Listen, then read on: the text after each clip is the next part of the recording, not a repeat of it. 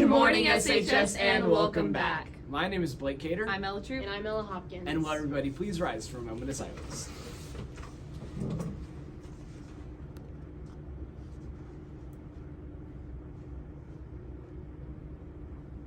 And now Blake will lead us in the pledges. I pledge allegiance to the flag of the United States of America, and to the republic for which it stands, one nation under God, indivisible with liberty and justice for all. Honor the Texas flag. I pledge allegiance to the Texas, one state under God, one and indivisible. All right. I'm not wearing a jacket today. I am freezing. So hopefully when I come to school tomorrow, I'll have a jacket on. Well, unlike you, Ella and I are both wearing long sleeves, and it's a good thing because temperatures are going to continue to see daytime highs only in the 50s to low 60s and lows into the 40s this week with the possibility of drizzle. Another front is going to arrive tomorrow and bring another chance for rain and a very cold weekend. Yes, and attendance recovery is still in full effect, however it is winding down. You can make up hours in the morning or in the afternoon, and there's just one Saturday left to make up your time, which is going to be not next weekend, not the next weekend, but the weekend after that, on December 3rd. Please check the flyer that went out and use the QR code to sign up. The deadline to complete all hours is December 8th for the first semester, and the last time for seniors, ever. And NHS and Student Council are collaborating to hold a canned food drive from November 28th through December 15th. So that will be as soon as we get back from break. All donations will go toward our local Sacred Heart Church. You can drop off donations at Coach Guzman's classroom in room number 13, all the way down by the library. Yes, us people who go to Sacred Heart are very hungry. It is for Sacred Heart's food drive. Oh, that okay. was a joke, I thought it was clearly. Like for after mass. Alright, anyways, Lady Pirate Basketball is playing in the varsity tournament in Skidmore Tynan on November 17th and the 19th, while JV plays in the JV CCISD tournament. Varsity football moves on to round 2, and the game is tomorrow on Friday in Seguin at 7:30. The ticket link is provided on the screen right now, and there's no outside food or drinks. Or no pets either. I'm assuming service dogs could be allowed. I'm not sure, but again, it's going to be cold. Fellowship of Christian Athletes, or FCA, holds weekly meetings each Friday morning, 7:30, in Coach Loddick's classroom. Yes, and we have some important dates for everybody to remember. On November 18th is going to be the Career Fair, which is tomorrow. That is a half day, so you will be called out when it's time to go to the Career Fair. It's by grade level. Awesome. Thank you for that. You're welcome. November 30th is going to be the A&M College Station College Tour for juniors and seniors. And we're doing a great job of keeping our doors closed and locked. Just stay vigilant and keep them locked. And in today's episode of What's Going On in the Classroom, we catch up with Coach Alanise's health class, where they are learning about the important life-saving technique of CPR.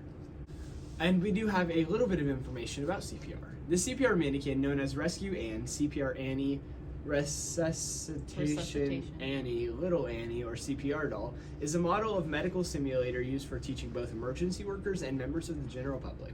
The story of Resusci Annie begins more than a century ago, when the dead body of a girl who looked about 16 was pulled from the scene. Sane. Alright, so when we are doing CPR class, what's the magic numbers for chest compression? 30. 30 and 2. Okay. What's the magic number for rescue breathing? 2. Good. Now, before we actually assist, what must be obtained before we help? Consent, right? If they cannot verbally give you permission, it is called what kind of consent? Implied consent. Very good. All right. So hand placement is key. Make sure your fingers interlock, okay? And we want to place our hands directly across the chest, just below the nipple line, okay? I have a question. Who knows how far you actually have to press in depth for an adult in chest compression? 2 inches. It's on the board, right? Take a look at the board. For an adult, we want to go about 2 inches or more. For the child, no more than 2, and for an infant, 1.5 inches, okay? Now, what's the difference between how you perform chest compressions on an adult than you do a baby? An infant is 2 They're more fingers. fragile. Baby, you what? You use 2 fingers, okay? Same thing. These mannequins will click when you get to the correct depth. Now, the new version that they're actually allowing you to do with the baby, you can pick up the baby, hold him in your hands, okay? And use both thumbs to provide the chest compressions, okay? It may be a little bit easier if the baby's a little bit smaller. Some people may be a little bit weary of hurting the kid if you're just using 2 fingers on a hard surface. Ready? Go!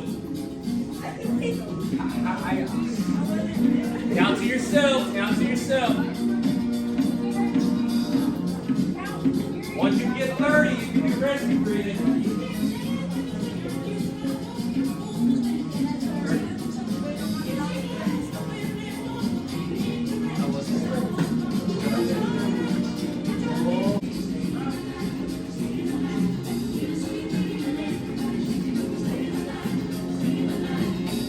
Hello everyone, on today's edition of What's Going On in the Classroom, I'm here with Coach Alanis, the health teacher here at the high school, where there's some very important stuff going on in his classroom. We just showed you a couple of clips of what is going on, but Coach Alanis, tell us a little bit more about the CPR training and why it's so important. Well, every semester's in, we focus about 2.5 weeks in learning first aid CPR training through the American Red Cross, and I use that as my semester exam. So right now we're kind of in the middle of everything. A lot of the kids are learning on hands-on training from adult, child, and infant, and a lot of these things they could use for the rest of their life if they were in that situation. How are your students doing so far? They're getting the hang of it. I think a lot of them are open to learning how to save somebody's life if they were ever in that situation. I know some of them have younger siblings and cousins and nieces, and eventually when they become, mothers or fathers at some point, they may use that to save a life if they ever were in that situation. So I'm hoping that this is something that they definitely keep in their mind after they leave my class, and then maybe they can share some of that info to family members. And I hope a few of y'all maybe learned some reminders and something new. I mean, even from last year, that's new on the technique of CPR on the babies, to use the thumbs instead now. Yeah, so there's the American Red Cross does a good job of keeping us informed if there are other situations or techniques that are a little bit easier to assist with. And one of the new ones they have this year is, like you said, using your thumbs to do chest compressions. In the past, we've used 2 fingers on the chest for the infants just because they're so delicate. But I'm kind of giving that option to my students to see what's easier for them to utilize, and I think they'd like it. Well, it's definitely very important work. Thank you so much for letting us sit in on your classroom, and go Pirates. Go Pirates. Yep. Blake, do you have any trivia? No, that was my trip. Perfect. So we'll go ahead and end things off then with the thought of the day. Today's thought comes from Maya Angelou. She was an American memoirist, popular poet, and civil rights activist. She published 7 autobiographies, 3 books of essays, several books of poetry, and is credited with a list of plays, movies, and television shows spanning over 50 years. And today she brings us the thought, if I am not good to myself, how can I expect anyone else to be good to me? Treat yourself how you want others to treat you. If we don't see you tomorrow, we hope you all have a fantastic Thanksgiving break, but we do hope to see you back tomorrow. And of course, go Pirates. Go Pirates!